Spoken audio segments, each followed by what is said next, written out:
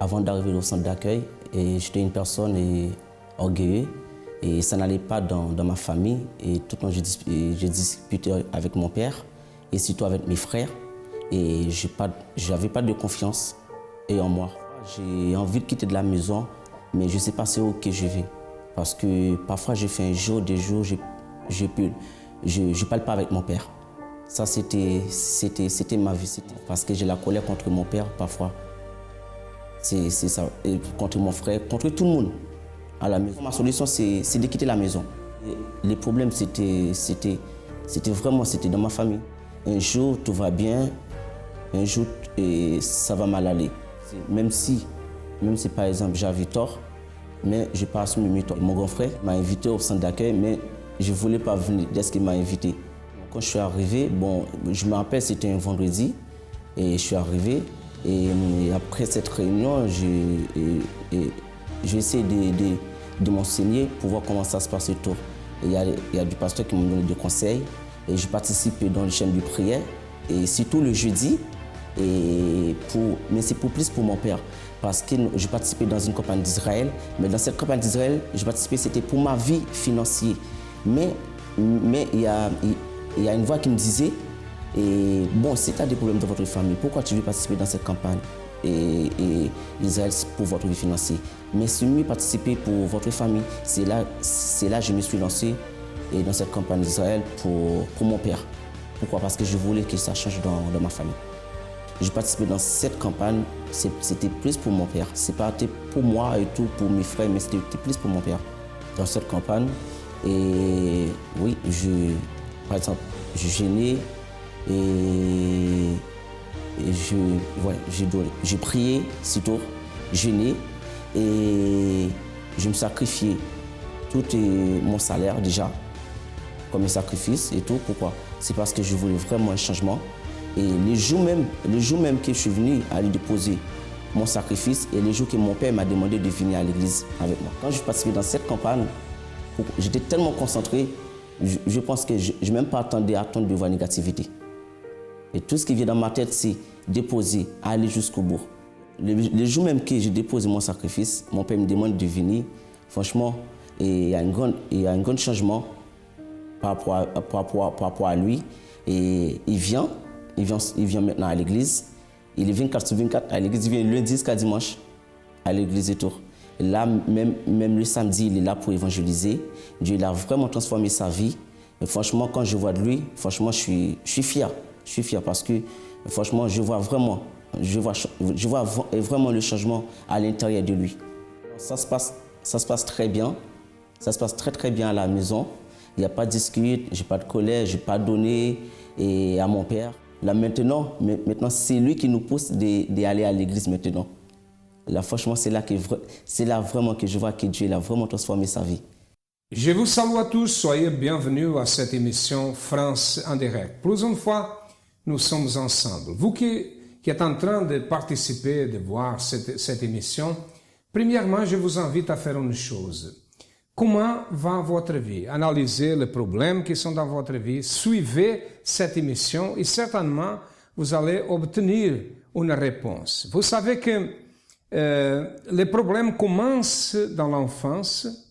La vie de beaucoup de personnes dépend de son enfance. La vie de beaucoup de familles dépend de son enfance. Nous grandissons avec les problèmes et plus tard, ces petits problèmes augmentent, ils deviennent de grands problèmes. J'ai ici avec moi Gabriel. Bonjour Gabriel. Bonjour avec.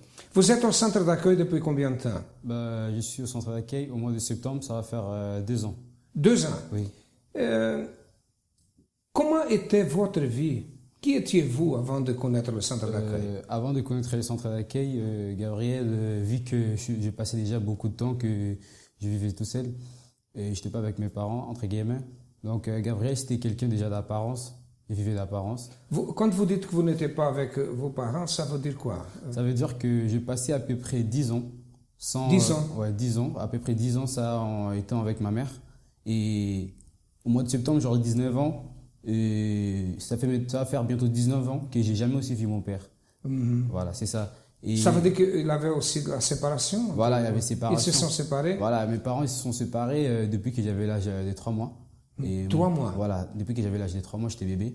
Et mon père, il a quitté le pays pour aller en Angola parce que il avait des problèmes.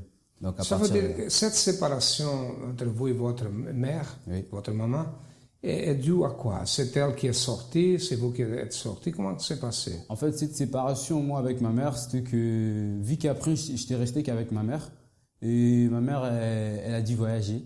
Elle a dû voyager, elle est venue ici en France, et moi, je suis resté au pays, au Congo, et je vivais pas tout seul. J'étais avec ma grand-mère. Ouais, c'est elle qui m'a plus élevé, c'est elle vraiment qui m'a plus, par exemple, aidé, que ce soit dans beaucoup de choses. J'ai resté avec ma grand-mère et quelques d'autres personnes, mes tantes, mes oncles, comme ça. C'est ça. Regardez bien. Ses parents se sont séparés. Son père a abandonné, sorti de la maison, quand il avait 3 mois. 3 mois d'âge. Et après, il s'est séparé de sa maman a immigré, et il est resté 10 ans sans voir sa maman. Une famille est tout séparée. Ça va causer beaucoup de problèmes dans sa vie. Il cause le problème dans la vie de beaucoup de personnes. C'est pour cela qu'aujourd'hui, nous écoutons beaucoup de choses, que des gens ne s'entendent pas, qu'il y a des conflits entre les enfants, les parents, séparation, tout cela. Et ça amène les jeunes à prendre des décisions terribles. Mais le cas de Gabriel, il est ici pour rendre témoignage. Et d'ici à quelques moments, nous allons savoir comment était sa vie après cette séparation et cette situation. À partir de 14 ans, où j'ai commencé à vouloir sortir, avoir plus d'indépendance. Mes parents n'étaient pas d'accord, ce qui était normal, mais à l'époque, je ne comprenais pas. Donc ça a causé des disputes, il y avait un gros fossé entre nous. Moi qui étais très complice de mes parents avant, ben, là il n'y avait plus de complicité. Voilà, il n'y avait que des disputes et voilà. À l'intérieur de moi, j'avais de la colère parce que je me sentais incomprise. Moi, je voulais avoir mon indépendance, me sentir grande. Et voilà, je n'étais pas prise ainsi puisque mes parents, voilà. C'est pas cette impression qu'ils me donnaient quoi en fait. Ouais, j'étais rebelle, agressive, je cherchais la bagarre avec tout le monde, que ce soit au collège ou voilà. Alors oui, j'ai eu des périodes où je buvais de l'alcool. Voilà, des périodes où j'étais stressée. Je buvais de l'alcool jusqu'à tomber par terre. Ou sinon, j'ai commencé aussi à fumer. Quelques années, un petit peu plus tard, j'ai connu un autre homme. À partir du moment où je suis tombée enceinte, j'ai arrêté mes études. Il n'y avait plus d'entente, même pendant la grossesse, on se bagarrait. Et voilà, des bagarres qui pouvaient aller jusqu'au sang. Parce que des fois, on cachait des objets. Alors, je suis arrivée au centre d'accueil, j'étais désespérée. Et voilà, j'avais 19 ans, j'avais pas de travail, pas de diplôme. J'habitais encore chez ma mère, ma vie sentimentale, ça n'allait pas. J'avais des dettes à une campagne d'Israël. J'ai participé de cette campagne. J'ai vendu ma voiture, j'ai donné tout ce que j'avais pour participer de cette campagne d'Israël. Et le changement a été fait à l'intérieur de moi. Aujourd'hui, ça va. J'ai pu reprendre mes études. Donc, je travaille et j'étudie, donc je fais de l'alternance. Je suis l'une des élèves la mieux payée, voilà, de mon école. Et je ne suis plus fichée à la Banque de France. La dette a été effacée. Et j'ai trouvé aussi ma maison. Voilà, donc je n'habite plus avec ma mère. J'ai ma maison et je suis mariée aussi. Donc il y a la paix, nous vivons en harmonie, nous sommes heureux. Alors ce que j'ai à vous conseiller, c'est de chercher le centre d'accueil le plus proche de chez vous. Et lorsque vous arriverez là-bas, de vous diriger vers les personnes qui seront à votre service là-bas, les assistants. Et voilà, et tout ce que vous entendrez, de mettre en pratique et de ne pas avoir peur de vous lancer. Bon, et nous allons continuer à parler avec Gabriel. Gabriel, oui. Ça veut dire qu'après cette séparation, oui. Tout ce que vous avez vécu dans votre vie, dans l'enfance, vous avez quel âge? J'aurai 19 ans au mois de septembre. Au mois de septembre, j'aurai 19 ans. Là, j'ai 18 ans, j'aurai 19 ans au mois de septembre. Ok. Oui. Ça vous a amené à quoi? Comment était votre vie? Moi, ça m'a amené en fait à avoir déjà beaucoup de soucis parce que déjà, entre guillemets, j'avais souvent des problèmes, quoi. Des problèmes qui m'arrivaient souvent, qui étaient quoi, par exemple? C'était que quand je sortais de l'école, je voyais souvent des enfants avec leur papa, avec leur maman, ou bien qui venaient les rechercher. Et moi, j'ai regardé, je me demandais toujours à chaque fois, même. Moi, je rentrais toujours tout seul. Je rentrais toujours tout seul. Et j'avais personne pour parler, quoi, vu que moi, j'étais avec ma grand-mère. Et ma mère, je parlais qu'avec elle, à partir du téléphone. Donc, c'était que ça, quoi. C'était que ça. Il n'y avait pas une personne, entre guillemets, avec qui je pouvais parler. Il n'y avait pas une personne, entre guillemets, que si j'avais un problème que je pouvais me confier ou bien lui dire mon problème, que j'avais tel problème ou tel problème. J'avais personne. Et encore plus que, avec, par exemple, les frères et les sœurs de ma mère, je me rappelle bien, moi, en fait, c'était comme si, moi, on me maltraitait, quoi. On me maltraitait dans le sens que ça arrivait à un moment, ma mère m'envoyait peut-être, que ce soit des choses, des habits, des jouets ou bien l'argent. Moi, je ne les recevrais pas. Je ne les recevrais pas. Je ne les recevrais pas tout ça. Vous étiez quelqu'un de triste, oui, n'est-ce justement. pas? J'étais vraiment triste. Vous avez dit que vous étiez un mauvais exemple à la maison. Oui, j'ai dit que j'étais un mauvais exemple à la maison parce que à la base, nous les jeunes, par exemple, c'est pas vraiment ça. À la base, c'est pas ça. À la base, on est souvent mauvais exemple dehors, mais à la maison, on est un bon exemple. Mais sauf que moi, c'était le contraire par rapport à quoi? Par rapport au témoignage que j'entendais de ma mère. Parce que dans la famille de ma mère, on me disait que ta mère, c'était quelqu'un de colérique, c'était quelqu'un d'un fort caractère. Et tout ça, ça arrivait que quand je suis arrivé en France, quand ma mère me parlait, je ne voulais pas qu'elle me parle, par exemple, qu'elle me dise quelque chose qui est, par exemple, ça, tu sais, que tu as fait, c'est pas bien, il fallait faire ça. Moi, je n'aimais pas, quoi. Quand elle me disait quelque chose, c'était comme s'il y avait un feu à l'intérieur de moi qui se levait, qui disait, mais réponds-lui, qu'est-ce que tu entends? Comment avez-vous connu le centre d'accueil? Moi, j'ai connu les centres d'accueil à travers ma mère. Je suis arrivé ici. Ah, c'est elle qui est venue premièrement? Voilà, c'est elle qui venait premièrement. Et dites-moi une chose. Oui. C'est elle qui est venue avant, elle vous a invité. Oui. Elle a raconté un témoignage, elle a fait quelque chose. En fait, elle n'a pas raconté un témoignage, sauf que j'étais son propre témoignage. C'est ça qui a fait la différence. J'étais son propre témoignage, comment? Parce que ça arrivait à un moment que j'étais en Espagne. Et pour venir en France, on ne voulait pas. On ne voulait même pas me libérer pour venir en France. On ne voulait pas. Et c'est arrivé que pendant une campagne d'Israël, elle a sacrifié. Elle a sacrifié. Voilà, elle a sacrifié. Et le gouvernement français lui a envoyé un papier pour lui dire que, la préfecture lui a envoyé un papier pour lui dire que, on vous autorise que votre fils vienne en France habiter avec Il avait vous. la difficulté de venir en France, n'est-ce pas? Voilà, j'avais la difficulté de venir en France. Oui, elle a participé de la campagne d'Israël. Elle a participé de la campagne d'Israël. Je me rappelle encore, les jours, elle m'a appelé, et je parlais avec elle au téléphone. Elle me dit, moi, je ne viendrai pas pour vous voir, mais soit je vais venir pour vous prendre, ou soit c'est vous qui allez venir ici directement. Ok. C'est intéressant. Oui. La campagne d'Israël a changé la vie et change la vie de beaucoup de personnes. Regardez. Donc en fait, je suis né dans une famille de classe moyenne, justement. Et en étant petit, justement, j'avais tout ce que je voulais. Donc quand je demandais quelque chose, justement, je l'avais. Donc je suis né comme ça, exactement. À partir justement de mon adolescence, justement, c'est là où justement tout a basculé dans ma vie. C'est à partir de là que justement j'ai commencé à grandir parce que depuis mon jeune âge, j'étais une personne justement qui était très impulsif et qui s'énervait pour un oui, pour un non, parce que comme j'avais pas de limite dans ce que je demandais, justement ça a créé en moi justement on va dire ce pouvoir, quoi. Donc, ce que je demandais, je l'avais, donc je me prenais pour le roi. Donc justement au collège, justement à partir de l'école, justement que ça a commencé, j'ai commencé justement à grandir une haine parce qu'en fait, je voyais les autres et ça m'a beaucoup influencé justement à être violent. Et à partir de là, c'est là où justement j'ai commencé à être violent à la maison.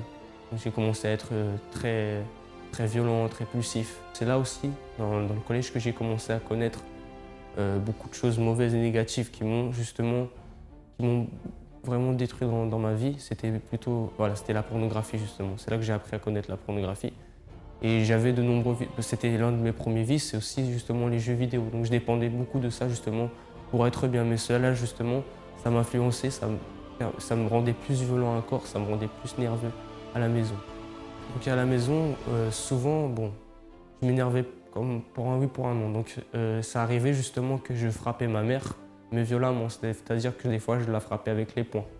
Je mettais des coups de pied, c'était vraiment grave parce que je ne me contrôlais pas en fait. C'était comme si c'était une force qui me contrôlait et justement là, j'étais violent. J'étais très impulsif.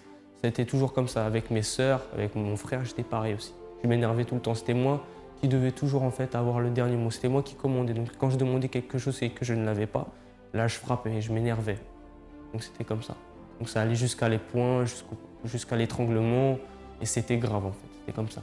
Je me contrôlais pas, donc en fait, pendant le moment où je m'énervais, où je frappais, je sentais rien. C'est juste après que je me rendais compte que vraiment ce que je faisais, c'était pas bien. Et là, je sentais une tristesse énorme parce que voilà, pour moi, ça m'accusait. Et ce que je faisais, c'est que je voyais que c'était pas bien, mais je me rendais pas compte sur le moment. Mais dans le moment après, justement, c'est là que justement, ça enclenchait justement en moi, où je me culpabilisais, où justement, je me sentais pas bien. Je voyais que j'étais pas bien justement, que ce que je faisais, c'était erroné. Dans cette période-là, justement, mon père a connu justement le centre d'accueil universel. Ici à Paris, il a connu justement, il a été conseillé, et il a été justement dirigé justement à Champigny. Et c'est à partir de là que mon père a commencé à venir, a commencé à lutter aussi. Et à partir de là, il m'a amené avec lui un jour justement. Et c'est là que justement, j'ai commencé à connaître le centre d'accueil.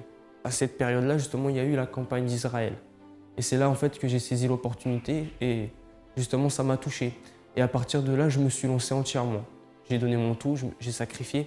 Et à partir de là, justement, enfin, l'objectif de cette campagne, c'était pour ma famille, pour que ma famille soit transformée, que justement, il puisse y avoir la paix justement dans ma famille, qu'on soit unis. Parce qu'avant, voilà, vraiment, on était désunis. J'allais jusqu'au bout, mais il y avait des épreuves en fait, justement pour que je désiste. Mais justement, je suis allé jusqu'au bout pour donner mon tout.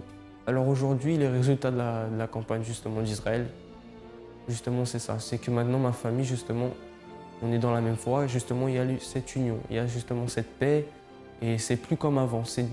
Ma famille est totalement transformée. Aujourd'hui, aujourd'hui, j'ai la paix, j'ai la joie de vivre. Et justement, je ne dépends plus de vices comme les jeux vidéo, la pornographie. Je ne frappe plus, je n'ai plus cette haine justement à l'intérieur de moi. Tout a changé. Maintenant, ma vie, elle est totalement transformée. J'ai des objectifs que avant, justement, je n'avais pas cette vision-là, justement, d'aller jusqu'au bout, d'aller de l'avant, de continuer, de persévérer. Mais là, justement, j'ai la vision d'aller de l'avant, de continuer. J'étais privée de ma famille. Je n'avais pas une stabilité de vie familiale. C'est-à-dire, même mes propres enfants étaient comprimés, pas ma propre famille aussi. Parce que ma propre famille comprimait mes enfants. Puis se servait d'eux comme moi, je dois travailler pour eux. Donc, comme on a grandi dans le catholicisme, et moi j'ai connu le Seigneur avant eux. Bon, j'ai connu le Seigneur que mes parents n'ont pas connu parce qu'on allait chez les catholiques. Donc, pour faire convertir mes enfants, c'était tout un problème. Pour vivre même dans le même toit avec mes enfants, c'était tout un problème. Donc, quand je suis venue en France, j'ai fait les papiers français pour mes enfants. Ça a été bloqué parce qu'eux, ils disaient qu'ils verront là où mes enfants vont traverser la mer pour venir vivre avec moi. Donc, j'ai demandé à Dieu de me diriger parce que j'avais besoin de la main de Dieu et j'ai eu les semeurs, les évangélistes qui m'ont évangélisé. Je suis venue ici trouver la période de la campagne d'Israël. Je n'ai pas cherché à comprendre. Dès que j'ai vu les témoignages, j'ai pris l'enveloppe.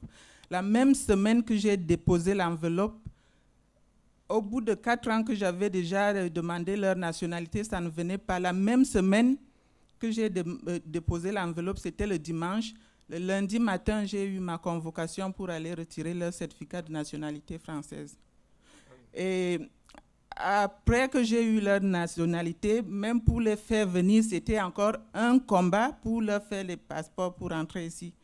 J'ai continué par des chaînes de prière, des jeûnes, des sacrifices, les campagnes d'Israël encore pour aller les chercher. Et Dieu a ouvert la porte pour qu'ils soient. Ils sont là. Et eux-mêmes, ils avaient du mal aussi à accepter de se convertir parce qu'ils étaient comprimés. Mes parents leur disaient que j'étais dans des sectes qui n'entrent pas.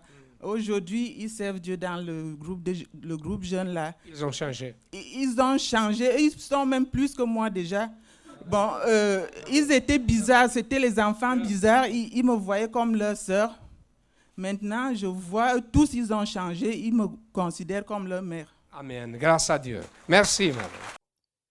Comme nous avons vu, la campagne d'Israël a amené beaucoup de personnes à réaliser ses rêves. C'est le cas aussi de la mère de Gabriel. qu'a prié, était presque impossible qu'il vienne ici en France, mais à travers une campagne, elle a obtenu l'autorisation. Gabriel, vous avez participé des chaînes de prière. Qu'est-ce que vous avez fait au centre d'accueil? Au début, c'était difficile pour moi parce que c'est comme si j'avais des options. Comme je voulais jouer au football, je partais souvent jouer au foot. Et souvent, mes horaires, mes entraînements de foot et d'autres horaires, ça ne correspondait pas. En fait, je peux dire comment. À chaque fois, j'ai trouvé toujours des excuses. Ça pouvait arriver que je finissais avant, mais je trouvais toujours des excuses. Je disais que bon, j'aurais pas le temps, j'aurais un entraînement, le ceci, c'est là. C'était rare, quoi. Je venais pas, comment je vais dire, constamment, mais je venais souvent. Il y avait souvent des dimanches, j'étais là. Il y avait des dimanches, souvent, je venais pas. J'étais fatigué. Je me disais, je suis fatigué, je vais pas aller. Comme je jouais hier, je peux pas être là. Donc, c'est ça. Mais après, ça arrivait à un moment, j'ai commencé à voir que le mal à la base, c'était moi, que c'était pas ma mère. Parce que ma mère, elle était là juste pour m'aider. Parce que si elle n'était pas là pour m'aider, ça aurait dit depuis longtemps, j'aurais dû pas venir ici. Mais elle s'est dit bâtie pour que je puisse être là. Et moi, j'ai commencé aussi à participer aux chaînes de prière les vendredis. J'ai commencé à participer aux chaînes de prière chaque vendredi, tout ça. Et à partir de là, j'ai commencé à voir qu'il y avait une union entre moi et ma mère. Ça arrivait qu'avant, moi, je me réveillais même les matins comme ça, je disais bonjour à personne. Je me réveille comme ça, je sors. Elle appelle même mes tantes qui sont en Hollande pour dire que regarde, je ne comprends pas, qu'est-ce qui ne va pas. J'ai rien fait du mal à Gabriel. Mais il se réveille le matin, la personne ne me dit même pas bonjour. Je dis bonjour à personne, je sortais, je partais. Et quand j'ai compris que c'est moi à la base, que j'étais un problème, que le problème en question, il était en moi, il n'était pas ma mère. J'ai commencé souvent à parler aux responsables et aux paroles que j'ai écoutées. Et c'est là qu'ils m'ont montré que la plus grande chose, c'est pas que c'est vous, mais c'est qu'il y a un esprit derrière tout ça. Il y a quelque chose qui est caché en ça. Et pour vous montrer qu'il y a quelque chose qui est caché en ça, à la base, qu'est-ce que vous devez faire? Vous devez faire ça, ça, ça. La chose que mon responsable m'a demandé à faire, c'était de prier, de jeûner et aussi de sacrifier, surtout pour ma famille. Et c'est là, qu'est-ce que je fais? C'est là que j'ai commencé aussi à me donner. J'ai laissé d'abord tout ce qui est des côtés, tout ce qui était par exemple le football, les entraînements, tout ça. J'ai laissé ça à côté. J'ai commencé à participer, que ce soit les samedis. Mais pourquoi tu as laissé? Quelqu'un t'a obligé? Personne m'a obligé, personne m'a demandé. Même le jour où je suis venu parler à mon responsable, il m'a dit... C'est vous-même qui avez pris la décision? C'est moi-même qui j'ai pris la décision. Parce que j'ai commencé à voir que ma vie, par exemple, ça ne changeait pas. J'ai compris que ma mère, ce n'était pas le plus grand problème. Mais le plus grand problème, c'était en moi. Ok. Et j'ai compris que... Dites-moi une chose, Gabriel. Oui. Comment va votre vie en famille maintenant? Maintenant, en famille, je vais dire c'est merveilleux. Parce que tout à l'heure, par exemple, j'étais avec ma mère. C'est elle qui m'a accompagné, tout ça. Même elle devait aller faire quelque chose. Et vous, qui êtes-vous aujourd'hui? Moi, aujourd'hui, je peux dire que j'ai totalement changé, quoi. Même quand les personnes lui appellent maintenant à la maison, ils donnent toujours mon exemple. Gabriel, regardez, que ce soit au groupe Jeune, que ce soit là où ils sont. Franchement, ça marche bien, ça va bien. À l'école, c'est de plus en plus qu'il y a toujours des bonnes choses. Franchement, tout a changé totalement. Le centre d'accueil vous a aidé? Mais je vais dire à 100%. Ok, merci Gabriel. Merci beaucoup. Voilà, de la même manière que cette famille a été aidée à changer à travers l'attitude de foi, une foi intelligente, votre vie peut changer aussi. Elle va changer si vous prenez une décision. Nous sommes situés à Paris au 254, au 10e arrondissement. C'est notre siège du centre d'accueil, mais nous avons d'autres centres d'accueil dans la France. Si vous voulez nous appeler, appelez-nous. Cherchez le centre d'accueil le plus proche.